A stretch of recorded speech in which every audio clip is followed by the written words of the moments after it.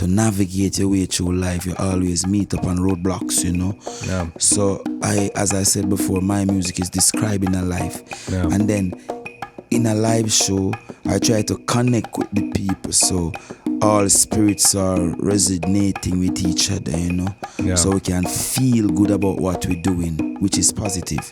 People want to come together. People never born wicked or violent. Yeah. People that are in charge of society systems and government, those are the ones who are always talking about war. Yeah. They told us that there's a war, and we're like, okay. Yeah. All through our life, you know, we never want to fight, you know. Yeah. But sometimes people defend their country and their national security and these things, Yeah. which I don't know about. I'm just a Jamaican. Yeah. But I don't like the fighting because people are dying, you know. Yeah.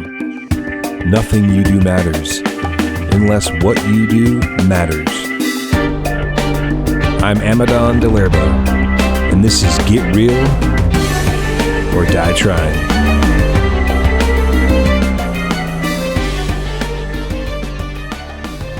How we doing, tribe? This is Get Real or Die Trying with Amadon DellErba, episode 41. I am super blessed today to be sitting down with Lutan Fyah from Jamaica. He's a reggae artist and musician, and he's playing here in Tucson, Arizona at our venue, and I'm just delighted here to chat it up with Lutan. How you doing, brother? Greetings, enough respect. Nice to be here in this sunny city. Yeah. You were saying it's not too bad. Huh? It's about as hot as Jamaica, right? Yeah, man, similar to Jamaica, but Jamaica have a little wind, you know? Yeah. Cool breeze. And of course the ocean. Trees, you know? Yeah, it's a bit drier here. Yeah, man. Yeah. See? So yeah, I've been listening to your music for 4 or 5 years now, and love it. You know, I've always loved reggae music, but I appreciate your positive message. Yes, kid. And the spiritual vibration, you know, and the positive vibes of your music. And I was reading a little bit about your history, and I think you got into music a little later in life. And you were a professional football player, or as Americans would say, soccer. Soccer. Yeah. And were you an architect too? Did I read that? Well, I did some of that when I was growing up. You know, learn it in school. Okay. Yes, cool. sir. And then you went to music, which is great. And yeah, just tell me about your passion and what you want to achieve with your music in the world. Well, you know, give thanks again, world. Glad to be here with you. Nice for having Lutan Fyah. It's a privilege for me. Thank you. Saying, my passion now is like as a human being in the earth and studying mankind history. Yeah. Studying religion and politics, I come to realize that a lot of people across the world are treated unequally, you know. A lot of people are suffering. Mm-hmm. A lot of people are dying. A lot of uneducated people, a lot of people in poverty, you know. Mm-hmm. And it doesn't have to be like that. It's easier than how it is, you know. Yeah. So with my music is to describe a life, how human being can escape from the day-to-day traps of always wanting and having, you know what I mean? So the music is like a pathway for clearance, and give you a clear vision of what you can look at, how you can look at life and survive without no from a mental issue, you know? Free man. Mm-hmm. You know? That's the message in my music, you know? Yeah. Get out of the rat race. Yes, sir. Get out of the rat race, you know? Stand firm. Yeah. Yes, sir. Yeah, and so what your Rastafari, what are some of the main the tenets of your belief of the Rastafarian, you know? Well, first and foremost, the first thing about Rastafari is knowing that we are all one people, you know? Yeah. Right across the board, no matter what political affiliation or religion.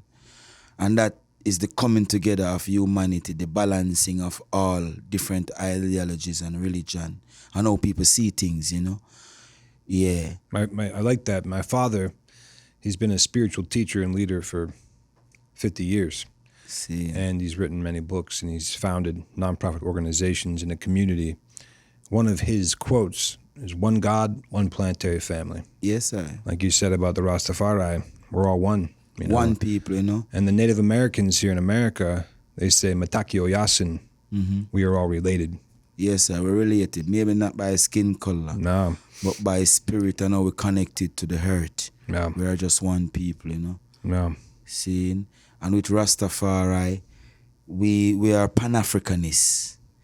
We choose to speak about the liberation of Africa. As you know, Africa has been a colony of the West for over 800 years, Mm-hmm. And we, the children of enslaved people, come to realize what's happening. So we Rastafari people, we choose to try to declare and point out what's happening in Africa and the globe at large. You know what I mean? Mm-hmm. So that's the real mission of Rastafari, to show the enslaved people that Africa is their real home, Mm. So bringing them back to the motherland. Yes, man. Interesting. Yeah. Yeah. I was in here yesterday doing a podcast with an Apache Native American Indian. Yeah. And he was talking about decolonizing and the mindset of that and colonization. And you talked about Africa being colonized for nearly 800 years. Mm-hmm. And the Europeans, of course, have colonized the whole world, essentially. Yes, man. But, I was always curious because I never knew enough about the Rasta tenets about Africa and why it was so important. But it is the motherland. Yes, your man. ancestors all come from there. Yeah. And so we still communicate with our ancestors every day. We never leave our ancestors. They're always with us, Yeah. Because we find a way to connect with them and keep them close, Yeah. Yes, I. And so by educating people about that, from whether it's here in America or in Europe or wherever it may be, how does that help them in their consciousness? It just helps them realize their ancestry and to be liberated in their mind, to take the metaphorical shackles off. Yeah, as what Marcus Garvey said, emancipate yourself from mental slavery. Bob Marley sing it also. Yeah. So the message of this music is to allow my people to come to a realization of themselves, where they are today and where they should be, where they're going. You know what I mean? And with Africa, African people are known as the poorest, and the continent of Africa is the richest continent. So this music is to transform that situation, so that African people can be able to be sovereign again and own what they really have. Do you know your ancestry in Africa? What part of Africa? Well, I went to Africa a few times, and when I was in Guinea Conakry, I met up on people from tribes they call Fulani tribes. And they gave me a name and let me know that I am straight from their ancestry, So my ethnic group in Africa, we call them Fulani. Fulani. Yes, I. And that's West Africa? West Africa, Guinea. Yeah. Cool. It's Fulani people is all over Africa because originally we are from Ethiopia. Yeah. But we are kind of nomadic business people. Yeah. So we're always moving around. So if you check the 52 states of Africa, you can find Fulani. Cool. So with your music, I've noticed too that you do a lot of collaborations. You're a featured artist on a lot of other musicians' albums and songs, which is very cool. And I think that's how I first discovered you maybe 10 years ago. I was listening to another artist, which I can't even remember. And then you came in doing your style, kind of that Jamaican rap. And I was like, oh man, that is I did awesome. that song with Revolution. Oh, Rebulation, yeah, that was a big one. I think that song is popular. Very popular. Yeah, I was listening to that years ago. Good vibes, Good vibes. Out the good vibes. Yeah, and you coming at the end. Yeah. Yeah, and I was like, I like that. And I looked it up and I was like, Lutan. And I found your other stuff, yeah. Yes, man. But it seems like you're doing a lot of collaborations, which is great. And that's just people contact you because they like your style? And normally people contact Lutan Fyah via social media, email or my WhatsApp. And then. Also your dub plate, Little Lion Sound. Yes. I followed that Instagram for years because I love like Queen Omega. Seen. So many good ones. And then you're on there. And I was like, oh yeah, it's Little Lion is creating a wave. We're friends for years now, and then we come of age. He's got a good thing going on. Yeah, great thing going right now. Yeah. See.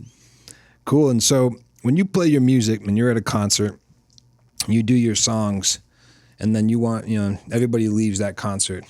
What is it that you would hope those people leave within their heart and mind? The message of peace is in the music.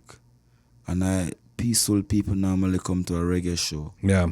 But every day they're in problems across in their day-to-day life. It doesn't mean it's a upheaval between them and another person, but to navigate your way through life, you always meet up on roadblocks, Yeah. So as I said before, my music is describing a life. Yeah. And then in a live show, I try to connect with the people. So all spirits are resonating with each other, you know. Yeah. So we can feel good about what we're doing, which is positive. So we live with a positive energy, you know. Nice, yeah. Yes, sir. Peace is needed on this world right now. Yeah, it's a turmoil right now. I hear and them then- mention nuclear a few times. Yeah. What you mentioned about coming together and people Yes, realizing man. we're all one. People want to come together. People Yeah. never born wicked or violent. Yeah.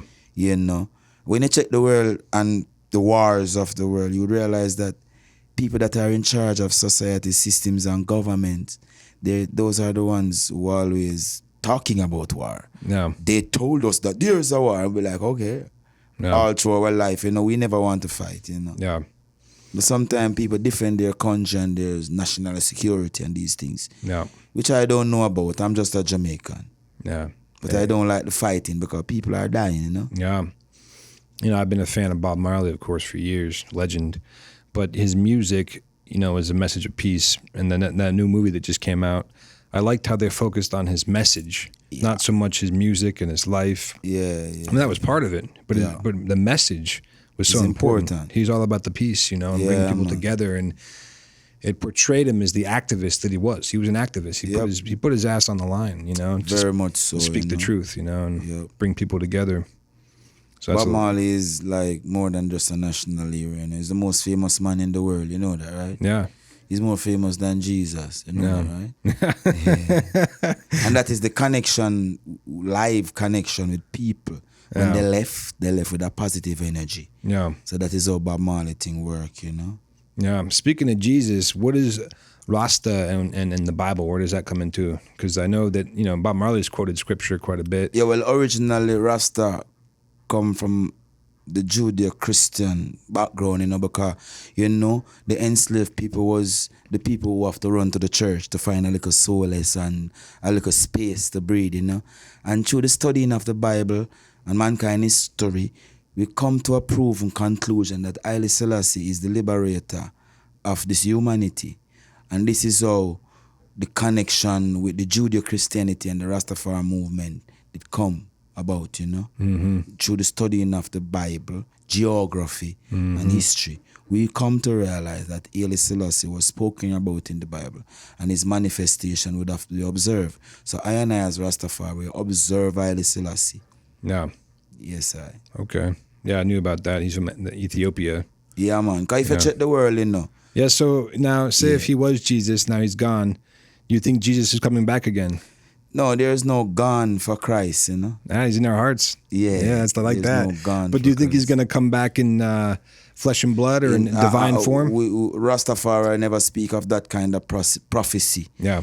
Because that kind of prophecy is not we know of. We know of Haile Selassie come and we are here with him now. Yeah. You know what I mean? Great kings and prophets have died waiting to see this day. This day is Haile Selassie day, you know. Because as I was trying to say, ideologies run the world and philosophies.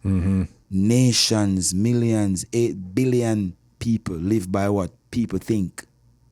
Philosophers create ideas and system, democracy, communists, socialism comes from a few great men, ideas. And the world is about all that now.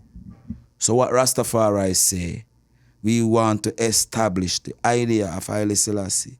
And if the world be like that, we would have peace forever. Yes, man. Interesting. What is the 12 tribes of Israel? It's a biblical family. Yeah. They told us that God love a specific man who have 4 wives, which that within that family, 4 wives and 13 kids, because there was a daughter they called Dinah. They told that this father make certain sacrifice that God was pleased with, and God told him that according to your line, I will work righteousness through your family. So then, according to the principle of what God in the Bible God says, all people that follow the Christ, their righteousness is according to those 12 people. Which means 12 man, the 12 stars of the universe, the 12 different universal mindset is those 12 people. So when you walk with that 12 people, you walk with the entire universe. You walk with everybody. That's cool. Because everybody is alike or similar to each of those 12. So this is why they say Jesus walked with the 12 man, because he walked with the entire universe. Yeah, that's cool. Mm-hmm. Does the Rastafari tradition belief ever talk about reincarnation, past lives? Some people believe through experience and studying. Some people don't, because they just don't feel that way. Yeah. But for me, I deal with this now, you know. Yeah. But still I say spiritual blessing is the eternal guide for this life and the life after. For man ranks supreme among all creatures, led forward by spiritual powers, man can reach the summit destined for him by the great creator. Yeah. So the spirit never die. Just like if you remove this house, the spot is always here. Yeah. So if you move this body, the spirit is always here, you know. Yeah. Interesting. So growing up in Jamaica, did you experience a lot of conflict and like civil unrest, or was, I mean, at your age, some of that was probably calmed down a little bit, or was it still happening in the streets? I know it's different than Marley's time, but I was born in them times. Yeah. In the Marley's times. Because you were a kid. Yeah. Yeah. Those were the 70s, the 70, 70, 78, 79. I was like 2, 3 year old, 1 year old. Yeah. In them times. Saying it was a political upheaval between two different parties. One people, two different factions of political party who were trying to have control over the people. And I think they got influence from bigger first world country across the world, where some people decide they're gonna fight to let the party win the election, you know. So somehow a lot of guns came. Jamaica don't make guns, you know, but a lot of guns were there. Yeah. And they fight to win, and a particular party win, you know. At that time in Jamaica, it wasn't this big violent movie style killing. Yeah. It was just rude boy and Rastafari people who were fighting for equal rights and justice to make the people and their community better.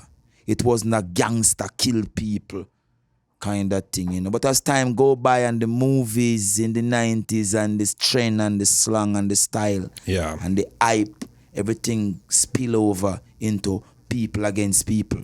Yeah. You know what I mean? So this is how Jamaica turned out to be like how it is today. Jamaica is not a violent country. No. Never. And will never be. In every country have some people who do violence. That's why you have law and you have jail and prison. Yeah. And this is how it is in Jamaica. Yeah. Cool, man. Well, I appreciate you, man, coming in and talking to me. And is there anything else you'd like to tell my listeners or tell people who are listening to this any message? My message is to your listeners. I don't know the demography or the amount of people that follow. But if it is just one or a million or millions, I said give thanks for you to tune in, to listen to this conversation. And if you want to find more of Lutan Fyah, you can find me at Instagram, that is Lutan Fyah Music. And you can also find me on Facebook, that is Anthony Lutan Fyah Martin. And for me now, I'm about to release an album sometime in October. We call this one Strength and Resilience. Nice. So I want you, my people, my family, my friends, brothers and sisters, tune in, support, and we all can vibe together, you know? Rastafari. Rastafari. Much respect, man. See? Thank you. Aye. Subscribe, like, share, follow. You know the routine. Thanks for listening.